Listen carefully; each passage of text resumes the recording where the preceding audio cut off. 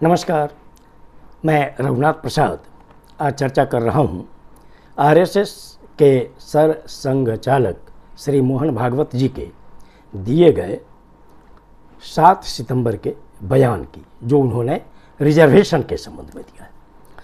उसके पहले मैं ये चर्चा करना चाहूँगा कि श्री वी.डी. सावरकर जो हिंदुत्व वाले जितने भी संगठन हैं और आरएसएस, साथ ही भारतीय जनता पार्टी, जिनको आदर्श पुरुष के रूप में मानती रही है, वी.डी. सावरकर साहब ने एक पुस्तक लिखी थी हिंदुत्व 1923 ईस्वी में।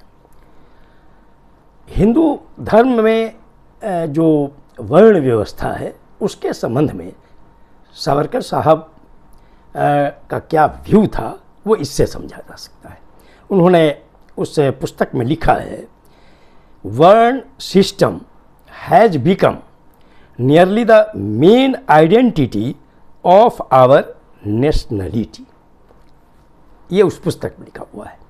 दूसरा एक इम्पॉर्टेंट जो बात उसमें लिखी हुई है उसे भी मैं सिर्फ एक लाइन को कोट करना चाहूँगा।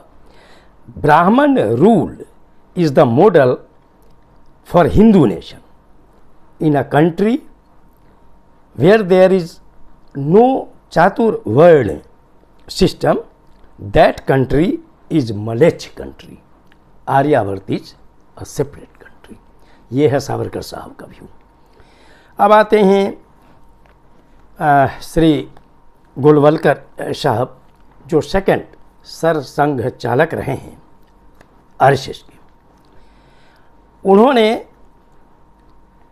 जो विचार व्यक्त किया है वो एक पुस्तक है नेशनहुड। उसमें उन्होंने लिखा है कि वी और our nationhood defined before he joined the RSS in 1939। He clearly states in the book that the fourfold social division, यही है चतुर्वर्ण system, is the Hindu nation model. His much talked about book Bunch of Thoughts focuses on this model from the beginning to almost the end. ये book actually bunch of thoughts का ये view है जिसमें nationhood को define किया गया है। 1 जनवरी 1969 को उन्होंने मराठी की एक मैगजीन थी नवकल, उसमें इंटरव्यू में उन्होंने कहा था, varna system is the creation of god that can not be destroyed even if a man tries to undo it. इसको इन तरह के विचारधारा को कि जो वर्णाश्रम सिस्टम है, जाति व्यवस्था है, इस पर जो आरएसएस की सोच है वो ये है। वीर सावरकर साहब ने भी समर्थन किया है जो जाति व्यवस्था, वर्ण सिस्टम मतलब जाति व्यवस्था, और गोलवलकर साहब ने भी इसको सपोर्ट किया है। यही कारण था कि वर्ष 2015 में जब बिहार विधानसभा का चुनाव था तो मोहन भागवत साहब ने उस वक्त एक बयान दे दिया कि आरक्षण नीति की समीक्षा होनी चाहिए, और ये इशू उस चुनाव का बहुत ही इम्पोर्टेंट इशू हो गया।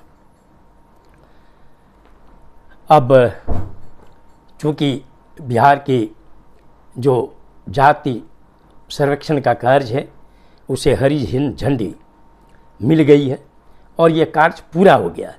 डाटा की एनालिसिस हो रही है और वो कभी भी वो रिपोर्ट विधान परिषद में पेश किया जाएगा बिहार के, और उसके बाद जनता की जानकारी में आ जाएगी और पूरे देश के लिए एक मॉडल होगा। अब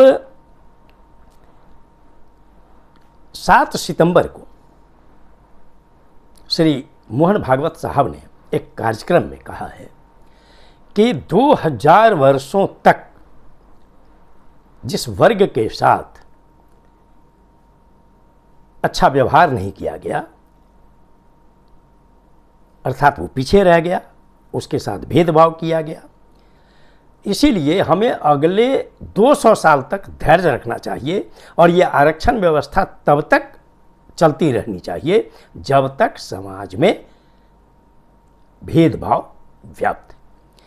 इन सभी चीज़ को देखने से ये लगता है कि आज आरएसएस की सोच में बदलाव की ज़रूरत क्यों पड़ी इसलिए कि सामने 2024 का चुनाव है। भारतीय जनता पार्टी केंद्र में सत्ता में है। बिहार में जाति सर्वेक्षण का कार्य पूरा हो गया है।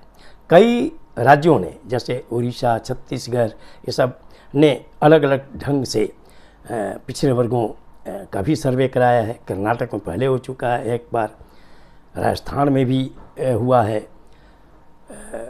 झारखंड में भी प्रयास चल रहा है और अब तो जाति गणना की मांग करीब करीब विपक्ष से बहुतायत दलों ने कर दी है। और मुझे लगता है कि 2024 के लोकसभा चुनाव का एक बहुत ही महत्वपूर्ण मुद्दा होने जा रहा है। एक तरफ भारत सरकार के समक्ष रोहिणी कमीशन का रिपोर्ट आ गया है कि अन्य पिछड़े वर्ग के रिजर्वेशन को कुछ पार्ट्स में बांटा जाए परसेंटेज को।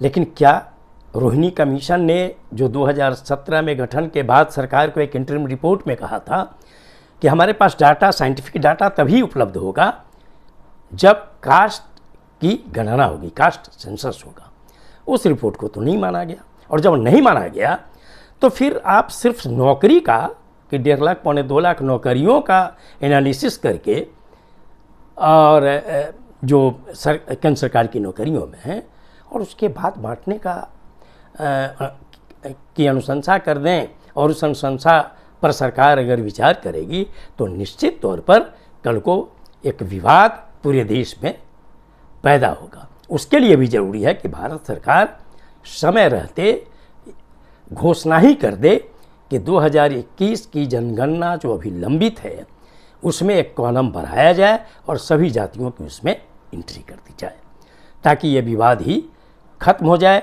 और आरक्षण का समर्थन चूँकि श्री मोहन भागवत साहब ने कर दिया है, इसलिए मैं अनुरोध करूँगा कि श्री मोहन भागवत साहब को भी जाति जनगणना पर जो स्थिति है आज देश की उस पर स्पष्ट राय व्यक्त करनी चाहिए ताकि इस मसले का स्पष्ट निराकरण हो सके। ये देश के हित में होगा।